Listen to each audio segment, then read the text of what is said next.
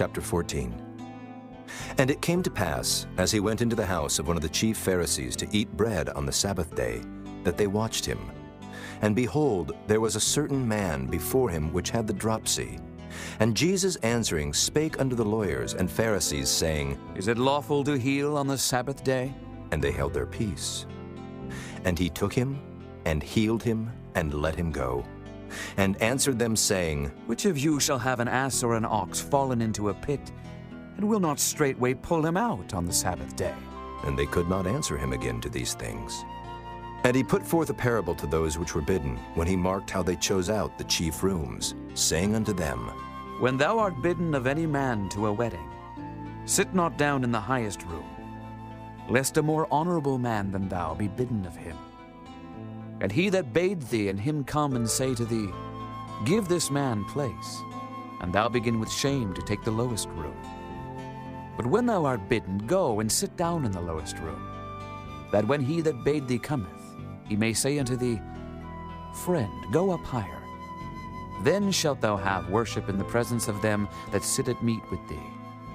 For whosoever exalteth himself shall be abased, and he that humbleth himself shall be exalted.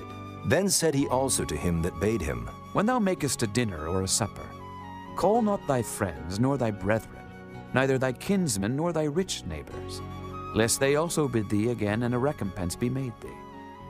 But when thou makest a feast, call the poor, the maimed, the lame, the blind, and thou shalt be blessed, for they cannot recompense thee, for thou shalt be recompensed at the resurrection of the just.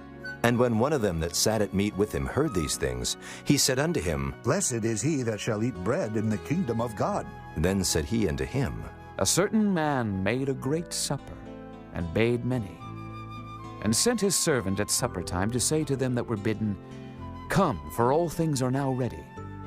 And they all with one consent began to make excuse. The first said unto him, I have bought a piece of ground, and I must needs go and see it.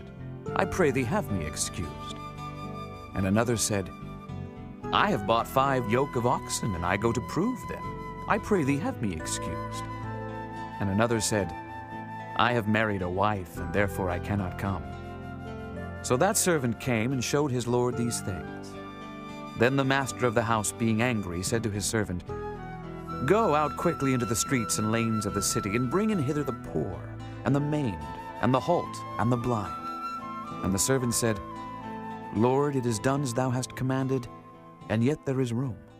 And the Lord said unto the servant, Go out into the highways and hedges, and compel them to come in, that my house may be filled.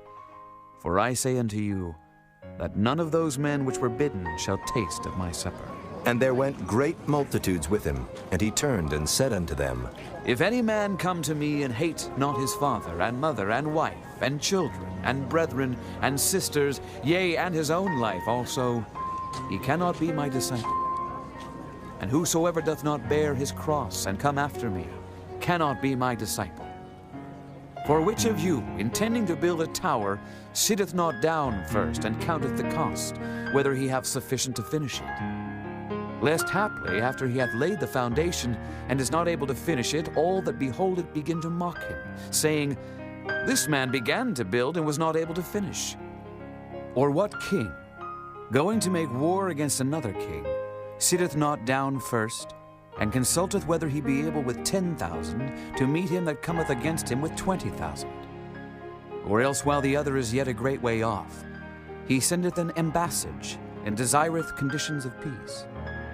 So likewise, whosoever he be of you that forsaketh not all that he hath, he cannot be my disciple.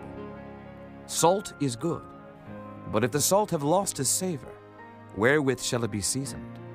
It is neither fit for the land, nor yet for the dunghill, but men cast it out. He that hath ears to hear, let him hear.